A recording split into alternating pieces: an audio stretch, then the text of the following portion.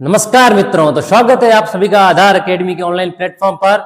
तो कल की क्लास में हमने पढ़ा कि पत्र लेखन के बारे में, औपचारिक पत्र के बारे में पढ़ा। आज हम पढ़ेंगे अनौपचारिक पत्र के बारे में। औपचारिक पत्र बारे के हमने पढ़ा, जैसे इंग्लिश में फॉर्मल लेटर भी बोलते हैं, यानी किसी भी को हमें सरकारी हो काम या फिर कार्यालय में भेजना हो, कॉलेज में भेजना हो या विद्यालय में भेजना हो, तो उसके लिए हम औपचारिक पत्र का उपयोग करते हैं। यानी कोई हमारी शिकायत, अनुभव, भावना के लिए तो अनौपचारिक पत्र होता है, लेकिन कोई शिकायत या जानकारी के लिए औपचारिक पत्र होता है।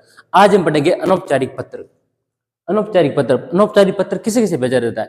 तो ये अपने रिलेटिव होते हैं, जो भी अपने परिवार के साथी होते हैं, वो अपने मित्रों को या अपने संबंधी होते हैं, अपने पड़ोसी वगैरह, इनको भेजा जाता है अनौपचारिक पत्र, जिससे हमारा कोई संबंध हो। तो ये पत्र भी पत्र लेखन क्लास 9, 10, 11 और 12 चारों क्लास के लिए सेम आता है पत्र लेखन। फॉर्मेट इसका सेम ही होता है।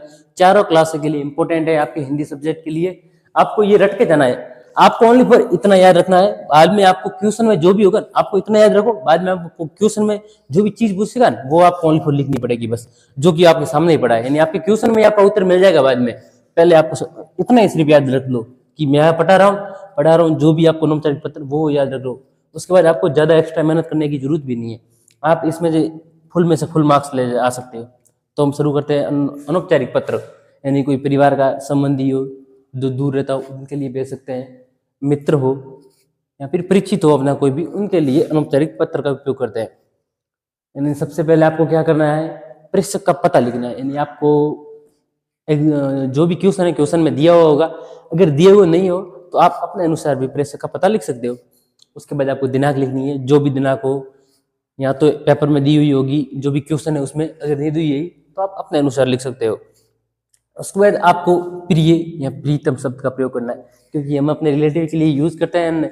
जो भी पहले हमें तो, अगर हम तो मारवाड़ साइड में रहते हैं, तो हमारे लिए तो नॉर्मल यूं ही, अब तो फोन का जमाना है इसलिए पत्र नहीं सेंड करते, वरना अब तो फोन का जमाना है। प्रिय तुम छोड़ो, पहले तो हमारा तो शॉर्ट नाम होता है सब कुछ का, निकनेम से बुलाते हैं। जो भी मारवाड़ी में निकनेम भी बहुत ही आला दर्जे के होते हैं। तो जो भी हो, आपको प्रिय या प्रीतम लिखना है। उसके बाद उसका नाम, जैसे भी आपका, जैसे किसी को मिलना, आपका दोस्त हो, जो भी हो, प्रिय, मित्र, जो भी आपका मित्र का नाम हो, राकेश, राहुल, सुरेश, रमेश, जो भी हो, प्रिय सुरेश, प्रिय राकेश, ये आपको नाम लिखना है। उसके बाद अगर आपकी कोई सहेली हो, आपकी हो, तो उसके लिए अभी लिख दो प्रिय, जो भी आपकी सहेली हो, सोहिनी, मोहनी, राय, आप किसी भी रिया वगैरह कुछ भी शब्द का प्रयोग कर सकते हो। उसके बाद जो भी आपको पेपर में दिया होगा उनके अनुसार प्रिय, उसका नाम लिखा। उसके बाद आपको पत्र की शुरुआत करनी है। पत्र की शुरुआत करने के लिए आपको नमस्कार का उपयोग कर सकते हो या फिर शुभकामना का उपयोग कर सकते हो।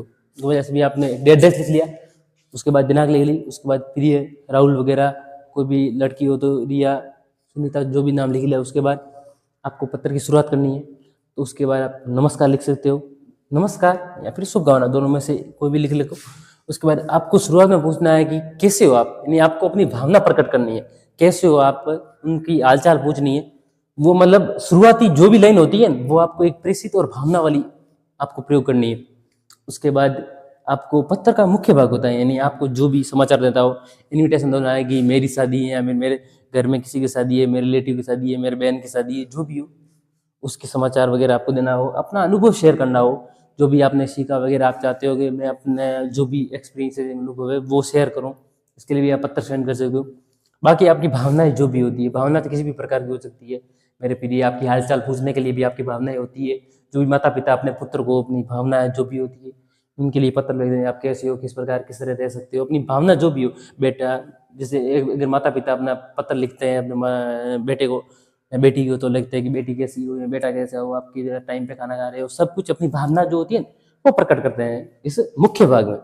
उसके बाद आप लिख लिया आपका। उसके बाद आपका संबंध लिखना है। जैसे मान लो आपका अगर कोई मित्र है तो आपका मित्र, उसके बाद आपका नाम लिखना है। अगर आपका जो भी हो, अगर आप माता पिता हो तो आपके माता पिता जो भी हो, उसके बाद आपका नाम लिखना है। यानी ये होता है पत्र का फॉर्मेट। प्रेषक, उसके बाद दिनांक, उसके बाद प्रिय या प्रीतम, उसके बाद जो भी उसका नाम दिया होगा वो। उसके बाद पत्र की शुरुआत में आपको याद रखना है कि नमस्कार और शुभकामना से शुरुआत करना है। और हमेशा शुरुआत करते समय ये ध्यान रखना है कि कैसे हो, किस प्रकार हो, यानी उसकी हालचाल पूछने का भावना होनी चाहिए शुरुआत में। उसके बाद पत्र का मुख्य भाग होता है, उसमें आपको चमासा देना हो, जो भी अनुभव हो या फिर कोई भी भावनाएँ प्रकट कर देनी हो, उसके लिए आप मुख्य भाग में अपनी जो भी चीज़ बतानी है वो बताओगे। उसके बाद आपका संबंध हो, आपका जो भी आपका माता-पिता हो, आपका पुत्र हो, आपका मित्र हो, उसके बाद आपका नाम लिखना है। ये अनौपचारिक पत्र का फॉर्मेट। आपको बस इतना याद रखना है। बाद में आपको क्वेश्चन में दिया होगा, आपको वही पढ़ के जाना है, ज़्यादा कुछ एक्स्ट्रा ट्राई करनी नहीं है, जिसके आप फुल में से फुल मार्क्स ला सकते हो इसमें। इतनी कोई बड़ी बात नहीं है, बस आपको ये फॉर्मेट याद रखना है। और इसकी जो भी पीडीएफ होगी, बहुत हैंड रिटन नोट्स में मैं आपको अपने टेलीग्राम चैनल आधार अकेडमी चांसोर के टेलीग्राम चैनल पे भेज दूंगा। आप वहाँ जाके इसको नोट डाउन कर लीजिए, अपने कॉपी में नोट कर लीजिए। अगर नहीं कर सकते तो कोई बात नहीं, उस पीडीएफ को अपने पास सेव रखिए और जब भी आपको पढ़ना हो, रिवीजन करना हो, रिवीजन कर लीजिए। एक बार एग्जाम में देने से पहले 2 दिन पहले एक बार पूरा जो भी मैं पढ़ाऊंगा पत्र लेखन के बारे में, ग्रामर के टॉपिक, वो आपको पढ़ के जाना हो। आशा आपके साथ, धन्यवाद।